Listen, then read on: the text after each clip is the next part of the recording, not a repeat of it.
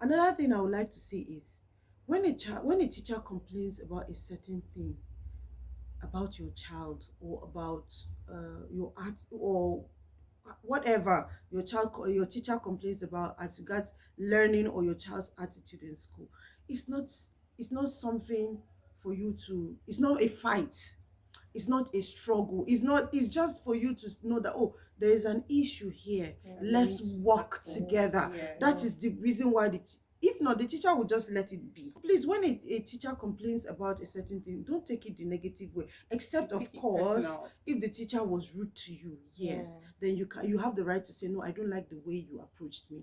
That's okay. But if the teacher just points out a thing to you concerning your child's learning or attitude or social life or anything that is of concern, please don't take it personal. Don't take it that, oh, it's because the teacher does not like me, or the teacher doesn't like or the child. yes, No. or there is something about Yes. you that the teacher doesn't like. Please don't take it that way. It's about the child. See, at the end of the day, it's not even about you. Really, It's not about the It's teacher. not about It's parent, about the teacher. child. We are working together for the. If you even see it from that point of view, I think everything will be okay. If you if you don't like the teacher, you don't need to like you the don't need teacher. to like You don't the need to. teacher. Yeah, you Really. don't need. It's Another about thing, your child. okay, another thing, we don't segregate. Please don't just assume. Please come and ask. Why is things like this? Why is it like this? Why is it not like this? Then we are in good position to answer you. No teacher or nobody can. You can ask questions in the school that will walk past you without answering you. That person must. We must. And teachers, we are respectful. Very respectful. You are like our customer. Like what my colleague said in the first place, that we are like bankers too, because we are professional teachers. We do that too. I don't think we can work like my colleague will say. Don't hate the teacher, even if you hate the teacher. Assume, just pretend you don't, because of your child. You don't even like to. Yeah, you don't. Yeah. As far as both of you share common interests, especially this very important thing. So as in, your child is very, very important. Very, very important. And for every class they pass through, they learn something that they take with them for the rest of their lives. Yeah, that's the truth. So every stage is important. Every class is as important as the other. Try to build a relationship with the teacher of your child. Try to be involved in your child's progress, both academically, psychologically, and socially. In every other aspect, try to be involved. Another thing I wish parents will know is that the way the system, what will I say? The way things were in your child's previous class will definitely not be the same in the next class. Or the way things were in the other school will never be the same in the new school. So please don't always expect the same kind of operation. Yes, modus operandi. Don't. First of all, there are two different individuals. There are two different teachers. There are two different personalities. In most cases, there are two different personalities. As long as what you look out for as a parent is, as long as the child is learning, the environment is friendly, the child is happy, learning is taking place, both academically, socially, and every aspect of the child. Please just let it go. Don't expect because teacher A always lines them up in the morning and give them some and greets them in a certain way. So when they move to the next class, teacher B has to also do the same thing. No, the constant thing in life is change, please. And it applies to these little ones too. Different classes have different expectations, really, and exactly. It's just two different worlds altogether. Yes. So every new school year, be prepared to adapt to new changes. Yes, new things, new methods, new activities, new content. So be open up your mind, and then maybe you don't even know, the best is yet to come for you and for the kids. The child should learn to care. A child should learn to care. Like I always say this, a child that is caring, that child can never be bitter in life. You see some of them, like I always use the early years. You see, they should learn to care, and it will help them. Teachers, we're doing our part in school. Parents, please, we should help these children to learn to love. I understand some homes, but at least we should just try and make these children learn how to care, to show concern, and to love. So I feel it will help. It will help Very our important. society. It will Very, help very us. important. Very important. I have a child. Sorry, I have a child in my class that whenever whatever you do to that child, if that child wants to go home, he comes to you to give you a hug and to Wow. thank you. I know Wow. what I feel every time. I look forward to him. I look forward to that Regardless hug, of what regardless happens of what during happened. today. We teachers, we need this love. We need this care. The work is burdensome. It's much. But you know, because we are passionate about what we do, you don't really love what we do. And because we love what we do, we deserve to be loved. You people should give us reciprocate. Mm-hmm. Give it. Like I said, even if it's just we want these children to learn how to love, to care, and to share. It will help them.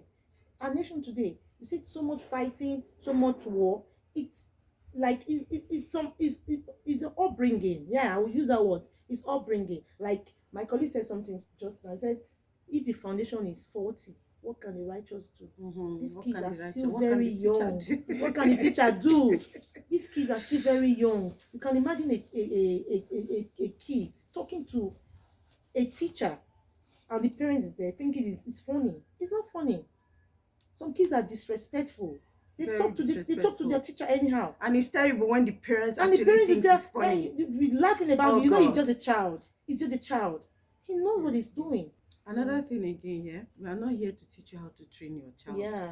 We are only saying that since we are in this business together, this is a partnership. Oh, in case you guys have not realized, it's a partnership between you and the teacher to bring up this child, whether you see it that way or not. That is what it is. Yeah. That is what it is. What Please, it is. we are not telling you how to train your child. You can do whatever you want to do with your child, but please, can we just let go of certain things and just work together? I think I think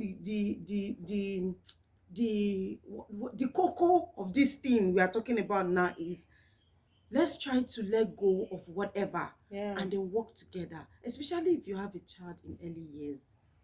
Another thing is, sorry to cut in, Debbie, is that some parents don't know what developmental milestones for their kids are. They don't. They don't know what a child is supposed to know at a at certain a certain age. age. Mm-hmm. So when the child is 1 year old, when the child is from 0 to 6 months old, from 6 months to 12 months, like for every age, there are developmental milestones, and for each class, there are things that a child is expected to learn or should know by the time they are done with that class. Now, some parents don't know. Mm-hmm. They don't read. They don't research. They are not involved. Now, their only reference points are other people's children.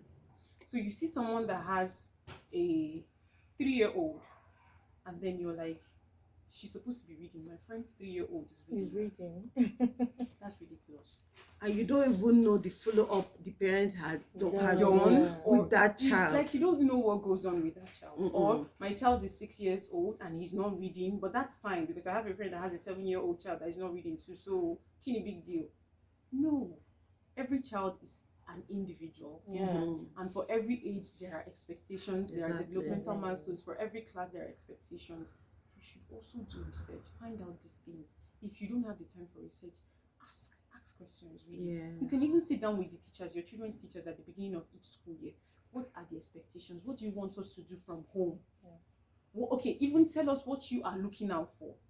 That way, like Debbie said, it's a partnership. There will be a consensus. There will be a meeting point. Okay, this is what we're working on. This is what we're trying to achieve at the end of this school year. In between time, maybe every 3 months or every 2 months, we reassess. Have we achieved? Is he behaving this way at home? Is he doing this at home? How independent is he with his homework? Has he changed in this certain area? Those things are important, really. I think for me, the most important thing is parents should be involved. Don't just drop off your kids in school and see teachers as glorified nannies who take care of your children between the hours of 8 to 6 and then they bring them back home. That's not how it works. One thing I also like to chip in at this point is that, see, I'm not saying you shouldn't believe your child. Believe your child.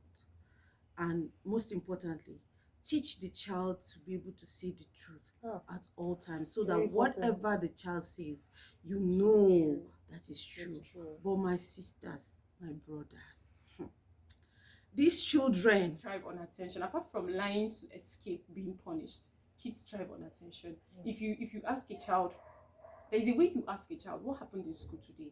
There are some sort of questions that are leading questions or prompting questions. Did your teacher beat you? Did your teacher push you around? Did your teacher speak to you anyhow? Do you understand? Those questions are prompting questions. Now, a child might be tempted to say yes. Yes, because he wants your The child attention. might be trying to cover up something else, or might be trying to get your attention. And sometimes they feel like they don't get their attention. So if they say something like, my teacher beat me today in school, they get your attention. Yes. So kids thrive on attention. Be able to decipher when they are saying the truth, when they are lying, and even act with caution. Really, act with caution. I've had parents that call me to ask me, so child said so and so. Is it true? What happened?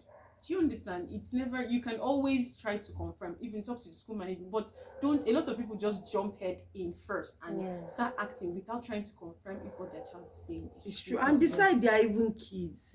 They may say one thing, like a child went home to say a certain child hit him. The next day when he came to class, he mentioned another child entirely. So please, these children, sometimes they may not even be lying, but because they are because they are kids, sometimes they may just mix things up, and then you have carried it, you have forced attention, and it's very normal for kids. Yes, so very normal. You just have to have this, be able to discern. You are the adult, and they do it. You know they do it in class. Another thing again, I noticed. Sorry to cut you. Some kids, once they, like for me, I try to spot out the bullies before you spend 1 month with me. So some kids now, by the time you have picked up one child and you are paying attention to that child, don't hit anybody. Don't hit. They tend to, everyone who hits this person, everyone will mention that person. Because they know that this person in the first place is the one who usually hits, or even other things. I have a child in my class that, because he has a penchant for trouble, once anything happens, who did this? They'll mention his name, even when he didn't. Yes. So you're the adult. You just have to be able to discern. Yes. And some kids exaggerate. Sometimes kids exaggerate. They really. Do you understand? So just pay attention and tread with caution. Use wisdom. Apply wisdom. And let me tell you, parents, teachers, please. If you try to adjust with your teacher, there's no, I don't know of that teacher yet that you will work with.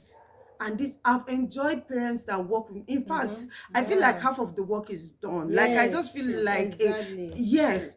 If you try to work with your teacher, see, no matter how slow the child is, you will enjoy that at a point, and the child will get to this point, you don't even need to, even if you check this child's, you follow up with this child once a week or once a month. Yes, we'd like to hear from you. What do you think? What do you feel? Please, let's hear from you. Let's know what you are thinking, what you feel, your reaction to this video. And please, guys, subscribe. Yes, subscribe. It's free. Please just click the bell. Just click the bell. Click the bell. You will, every Saturday evening, Saturday night, you get a new video from me. Thank you so much, guys. I really appreciate you for listening. It's a long video. Please bear with me. Thank you so much. I'll see you on Saturday. Bye.